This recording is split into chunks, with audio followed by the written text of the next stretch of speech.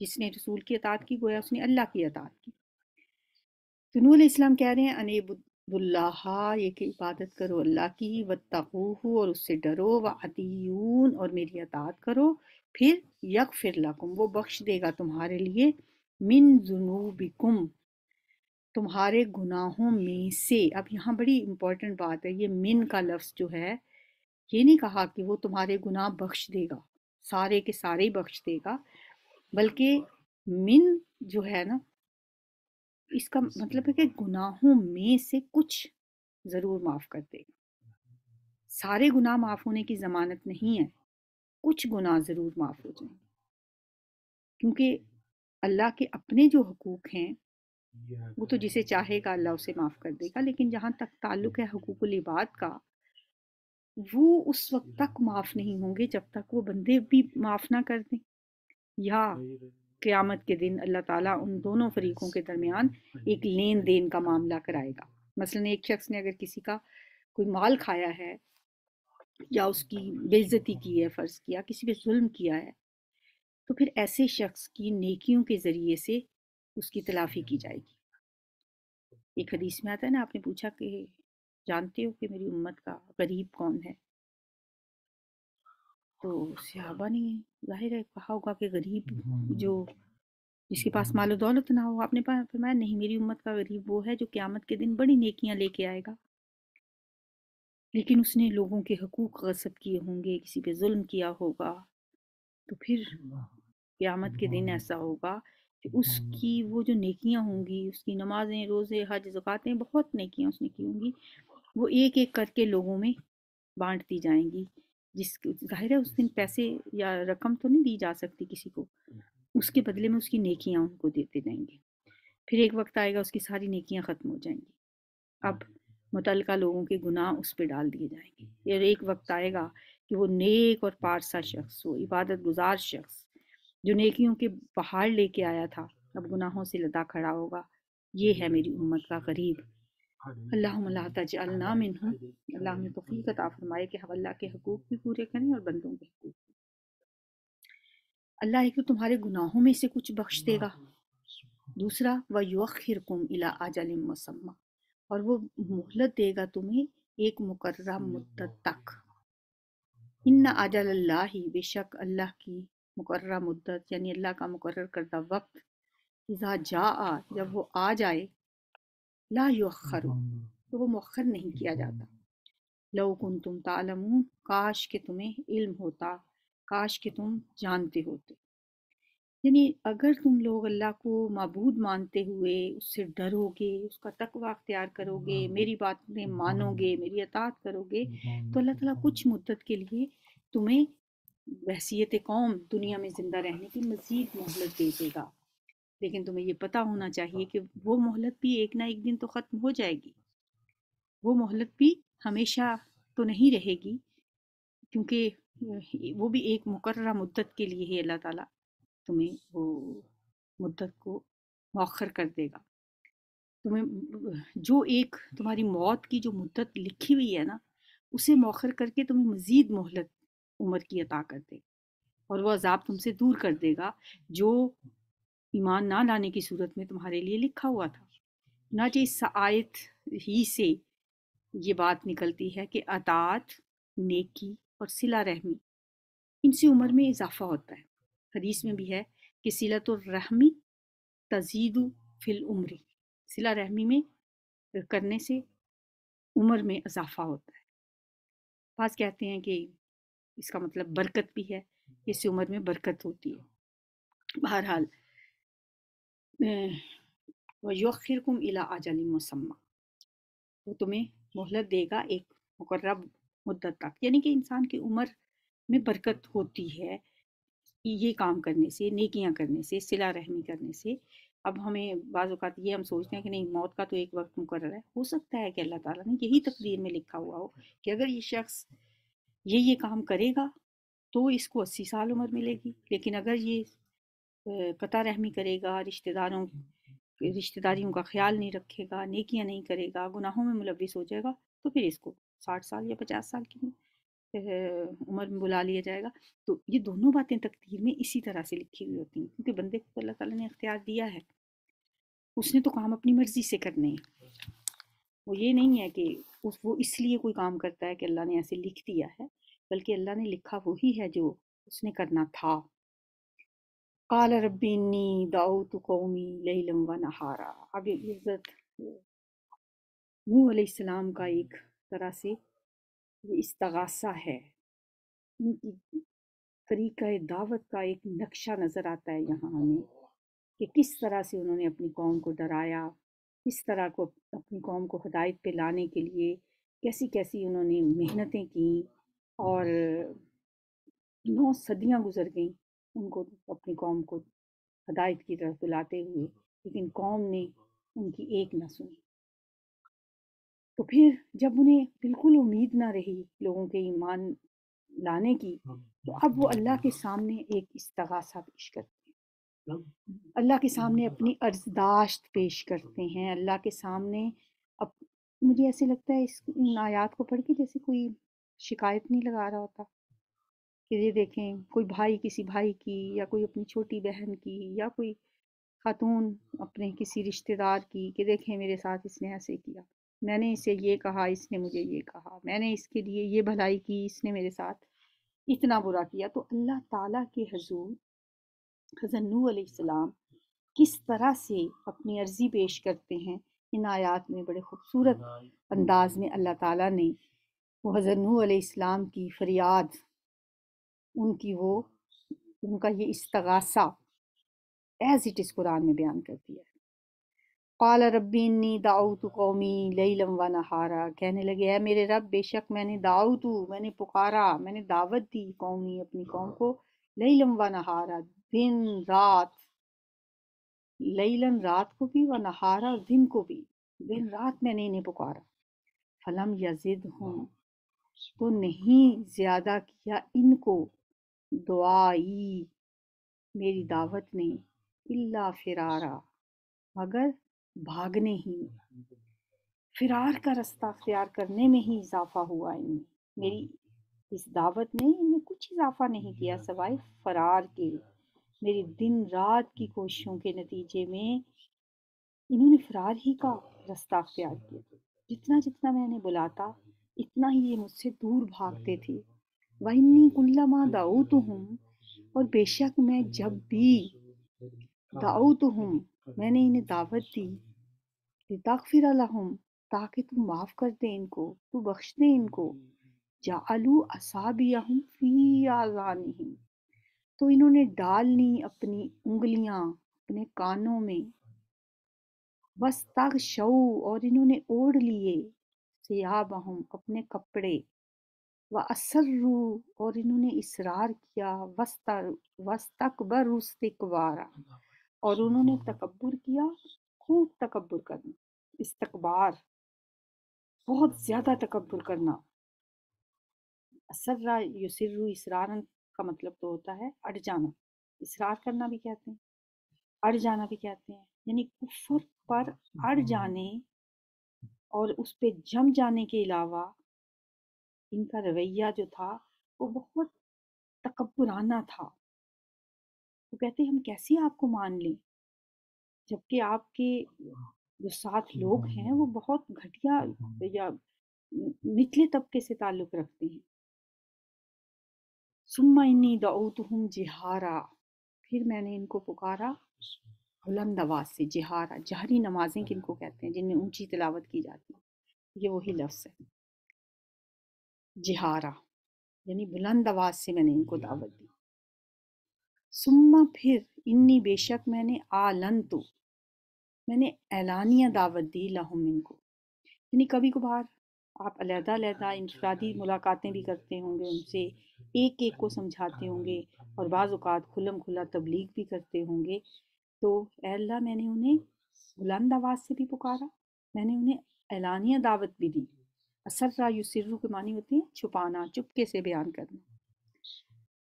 تو آگے وہ بھی لفظ آ رہا ہے وَأَسْرَرْتُ اور میں نے چپکے چپکے خاموشی سے خفیہ طریقے سے ان کے گھروں میں جا کے علیحدہ علیحدہ انفرادی طور پہ ان کو دعوت دی، اسرارا بالکل چھپا کر۔ فقل تستغفروا، پھر میں نے کہا استغفار کرو، بخشش مانگو ربکم، اپنے رب سے، انہو کان غفارا، بے شک وہ بہت بخشنے والا ہے۔ میں نے ان سے یہ بھی کہا کہ تم اپنے رب سے استغفار کرو، اپنے رب سے بخشش طلب کرو، وہ بہت بخشنے والا ہے۔ یرسل السماء، وہ بھیجے گا آسمان سے، علیکم تم پر، مدرارا موسلا دھار بارش، خوب بارشیں برسائے گا۔ یعنی اگر تم اللہ کے فرما بردار بن جاؤ گے، اگر تم اس سے بخشش مانگو گے، استغفار کرو گے، تو وہ تمہاری دنیا کی زندگی بھی آسان کر دے گا، تم پر خوب بارشیں برسائے گا، تمہارے رزق میں اضافہ کرے گا۔ ہو سکتا ہے کہ کہیں خشک سالی یا قحط کے حالات رہے ہوں اور اس وجہ سے ان کو بارشوں کی ضرورت بھی ہو،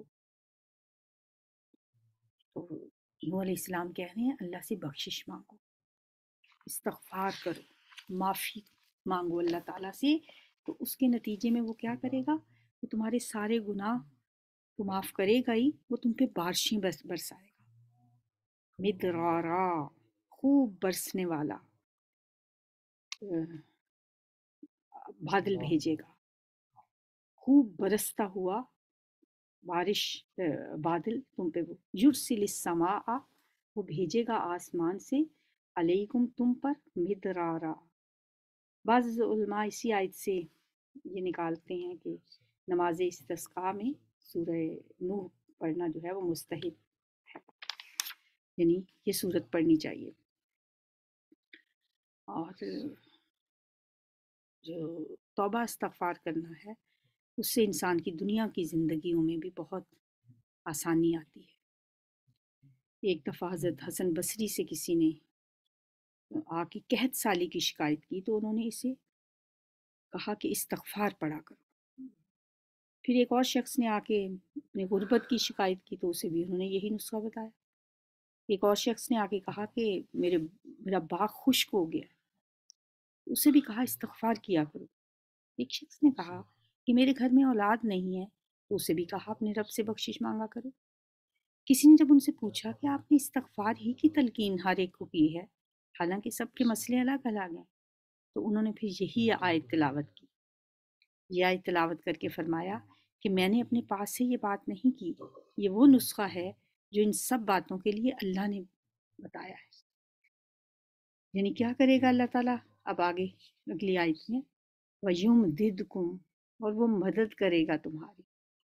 ایک تو اگر تم بخشش مانگو گے، یعنی نوح علیہ السلام کہہ رہے ہیں اپنی قوم سے استغفار کرو اپنے رب سے، بخشش مانگو اپنے رب سے، وہ بہت بخشنے والا ہے۔ اگر تم ایسا کرو گے تو وہ کیا کرے گا؟ وہ آسمان سے تم پہ بارشیں برسائے گا۔ ظاہر ہے اگر قحط سالی ہوگی، بارش کی ضرورت ہوگی، تو بھی استغفار کرنا چاہیے۔ وَيُمْدِدْكُمْ، اور وہ مدد کرے گا تمہاری، بِأَمْوَالٍ وَبَنِينَ، مالوں اور بیٹوں کے ساتھ۔ اب اگر کسی شخص کو مالی تنگی ہے تو بھی اسے استغفار کرنا چاہیے، وَبَنِينَ، جس کی اولاد نہیں ہے، اور بیٹوں کے لیے اللہ سے دعا کرنی ہے تو بھی استغفار کی کثرت کرنی چاہیے۔ وَيَجْعَلْ لَكُمْ جَنَّاتٍ، وہ پیدا کر دے گا تمہارے لیے باغات، وَيَجْعَلْ لَكُمْ أَنْهَارًا، اور وہ جاری کر دے گا تمہارے لیے نہریں۔ تو حضرت امام بصری نے جو ان ساری باتوں کے لیے، اگر کسی کا باغ سوکھ گیا تھا اس کے لیے بھی، کسی کو اولاد چاہیے تھے اس کے لیے بھی، کوئی غربت میں تھا اس کے لیے بھی، سب کے لیے جو یہ ایک ہی نسخہ بتایا تو وہ اس آیت نمبر 12 سے ماخوذ تھا۔ مالکم، کیا ہو گیا ہے تمہیں؟ لا ترجون، نہیں تم امید رکھتے، نہیں تم اعتقاد رکھتے، للہ، اللہ کے لیے، وقارا، وقار، عظمت کا، یعنی تم اللہ کی عظمت کے امیدوار نہیں ہو۔ مطلب یہ ہے کہ تم اللہ کی عظمت کو تسلیم کیوں نہیں کرتے؟ مالکم لا ترجون للہ وقارا، تمہیں کیا ہو گیا ہے کہ تم اللہ کی عظمت کو تسلیم کیوں نہیں کرتے؟ وقارہ کا جو لفظ ہے نا، وقیرہ یو کرو وقرن، اس کا مطلب ہوتا ہے بھرا ہوا ہونا، بوجھل ہونا. ہم نے کئی دفعہ پیچھے یہ لفظ پڑھا ہے. ایک جگہ ہم نے پڑھا سورہ نام میں وفی آذانہم وقرا، اور ان کے کانوں میں بوجھ ہے، یہ آیت بھی پڑھی تھی. پھر آگے وہ ہے سورہ زاریات میں فالحاملات وقرا، ہواؤں کے بارے میں ہے کہ وہ اٹھانے والی ہیں وقرا، بوجھل، بادل پانی سے بوجھل، تو وہاں پہ وقرا کا لفظ آیا. پھر اسم ذات ہے وقار. وقار کا لفظ اردو میں بھی استعمال ہوتا ہے، سنجیدہ، باوقار، عظمت والا اس کا مطلب ہے. اور یہ سورہ فتح میں بھی ہم نے پڑھا وَتُعَزِّرُوهُ وَتُوَقِّرُوهُ، وَتُعَزِّرُوهُ اور تم مدد کرو اس کی، وَتُوَقِّرُوهُ، یہ توقِّرُو وقار سے ہی ہے، تعظیم کرو اس کی. نبی صلی اللہ علیہ وسلم کے بارے میں کہا جا رہا ہے نا کہ وَتُعَزِّرُوهُ، اس کی تم مدد بھی کرو، وَتُوَقِّرُوهُ، تم اس کی تعظیم بھی کرو. تو یہ وقارہ کا لفظ جو ہے ذہن میں فوراً عظمت کا مفہوم، کیونکہ عظیم بھی ایک لفظ ہوتا ہے عربی میں، اس کا مطلب ہوتا ہے عظیم، عظمت والا، بڑا. تو یہاں وقارہ کا جو ہے نا مطلب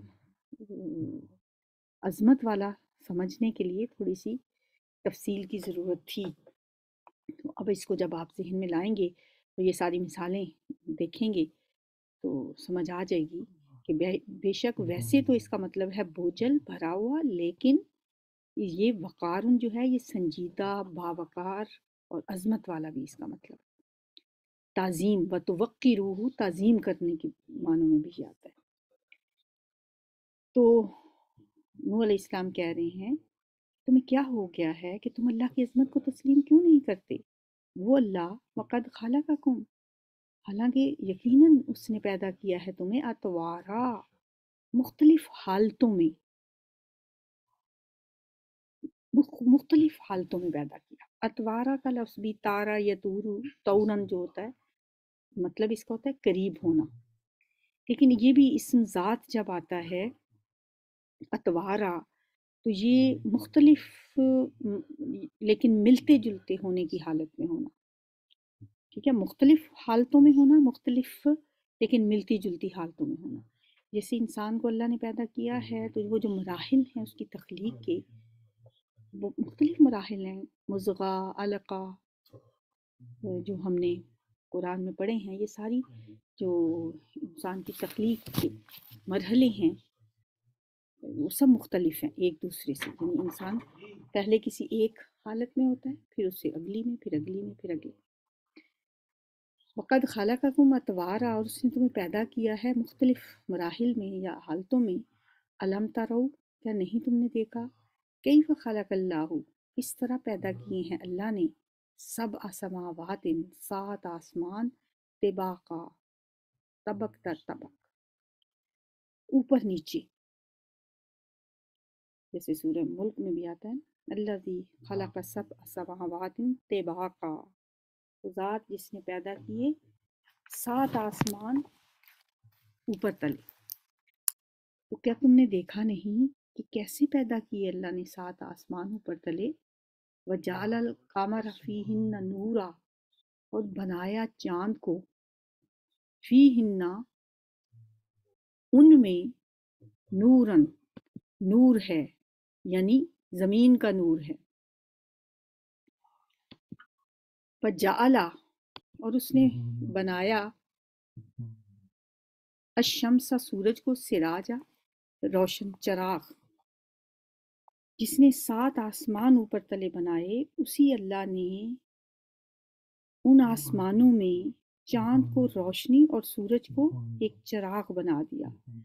آسمان کی دیکھا جائے تو آسمان کے ماتھے کا جھومر ہے سورج، رات کے ٹائم چاند اور دن کے ٹائم سورج چمکتا ہوا. واللہ انبتکم من الارض نباتا، اور اللہ نے تمہیں اگایا ہے زمین سے. کیسے اگایا ہے؟ انبتا، نباتات اگنے کی چیز ہوتی ہے. نباتات کے لیے ہم کہتے ہیں کہ وہ زمین سے اگتی ہیں، تو یہاں پہ انسان کے لیے کہا کہ اللہ نے اگایا ہے تمہیں خاص اہتمام سے، مطلب یہ ہے کہ خاص اہتمام سے اس نے تمہیں زمین سے نکالا، من الارضی، زمین سے، نباتا، بہت اہتمام کے ساتھ. یعنی تمہارے باپ آدم علیہ السلام کو اللہ نے مٹی سے بنایا اور پھر اس میں اللہ نے روح پھونکی. اور اگر تمام انسانوں کو مخاطب سمجھا جائے تو مطلب ہوگا کہ تم جس پانی سے بنتے ہو وہ اسی خوراک سے بنتا ہے جو زمین سے حاصل ہوتی ہے. اس طرح اگر دیکھا جائے تو انسان کی پیدائش کی جو اصل ہے وہ زمین ہی ہے، انسان زمین ہی سے پیدا ہوا. انبتکم من الارض نباتا ثم یعیدکم، پھر وہ لوٹائے گا تم کو فیہا، اسی میں، یعنی اسی زمین میں پھر تم لوٹ کے جاؤ گے. وَيُخْرِجُكُمْ، اور وہ پھر نکالے گا تمہیں اخراجا، دوبارہ نکالنا. اسی مٹی سے بنے ہو، اسی مٹی کو اوڑھ کے سو جاؤ گے اور پھر اسی مٹی سے نکال لیے جاؤ گے. وَاللَّهُ جَعَلَ لَكُمْ، اور اللہ نے بنایا ہے تمہارے لیے الارض، زمین کو، بساطا، بچھونا. اس نے تمہارے لیے زمین کو بچھا دیا ہے ایسی ایک بچھونے کی طرح. لِتَسْلُكُوا، تاکہ تم چلو پھرو. سلکا یسلکو ہوتا ہے چلنا، اور تاکہ تم چلو پھرو، منہا، اس میں، سبلن فجاجا، کشادہ راستوں پر، کشادہ راستے. فجاجا، فجاجا کا لفظ جو ہے فجا یا فجو فجن کا مطلب ہوتا ہے دو پاؤں کے درمیانی فاصلے کو کہتے ہیں. دو پیروں کے درمیان جو فاصلہ ہوتا ہے نا اسے کہتے ہیں فجن. پھیلانا، کشادہ کرنا، اسی سے لفظ فجن ہے جس کا جو صفت ہے. اور کشادہ راستے کے لیے بھی یہ لفظ آتا ہے. وہ سورہ حج میں ہے نا، من کل فجن عمیق، ہر ایک دور دراز کشادہ راستے سے، یعنی حاجی آئیں گے کھینچے چلے آئیں گے اس اللہ کے گھر کی طرف. من کل فجن عمیق، فجن دور دراز کے کشادہ راستوں سے. اور سورہ انبیاء میں آتا ہے وَجَعَلْنَا فِيهَا فِجَاجًا سُبُلًا، اور ہم نے بنا دی ہیں اس میں کشادہ راہیں.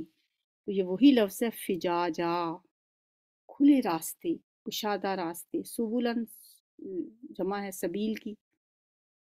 قال نوح رب انہم عصونی، نوح علیہ السلام اللہ کے سامنے اپنی گزارشات پیش کرتے ہوئے، اپنے غم کی دودات سناتے ہوئے اللہ سے فریاد کرتے ہیں، استغاثہ کرتے ہیں. کہتے ہیں رب انہم عصونی، اے میرے رب انہوں نے مجھے جھٹلایا، میری نافرمانی کی. عصیان نافرمانی کو کہتے ہیں. عصونی، انہوں نے میری نافرمانی کی اور اتباع ان کی واتبعوا، اور انہوں نے اتباع کی، پیروی کی، من، اس کی، لم یزد ہو، کہ نہیں زیادہ کیا اسے، مالہ، اس کے مال نے، وولدہ، اور اس کی اولاد نے، الا خسارہ، مگر خسارے ہی میں. کہتے ہیں میرے رب انہوں نے میری تو نافرمانی کی اور ان لوگوں کی پیروی کی جن کے مال اور اولاد نے ان کے لیے خسارے کے سوا اور کچھ نہیں بڑھایا. تو نے تو مجھے اے میرے رب رسول بنا کے بھیجا تھا ان کی طرف کہ یہ میری پیروی کریں، لیکن انہوں نے میری پیروی کرنے کی بجائے اپنے ان سرداروں کی پیروی کی جن کے مال و اولاد نے انہیں تکبر میں مبتلا کر دیا اور ان کے خسارے کو اور بڑھا دیا. وَمَكَرُوا مَكْرًا كُبَّارًا، اور انہوں نے تدبیر کی، چال چلی، مکر کیا میرے خلاف، بہت بڑی چال چلی. اس سے مراد وہ چال بھی ہو سکتی ہے جو انہوں نے حضرت نوح علیہ السلام کو قتل کروانے کے لیے جو انہوں نے چال چلی تھی. وقالو، اور انہوں نے کہا لا تذرن آلہتکم، نہ تم چھوڑنا. وہ پڑھا نا ہم نے بار بار، ذرنی، مجھے چھوڑ دو. اللہ تعالیٰ کہتے ہیں ذرنی، مجھے چھوڑ دو کہ میں نمٹ لوں ان کے ساتھ. اور یہ کل بھی ہم نے پڑھا ذر ہوں،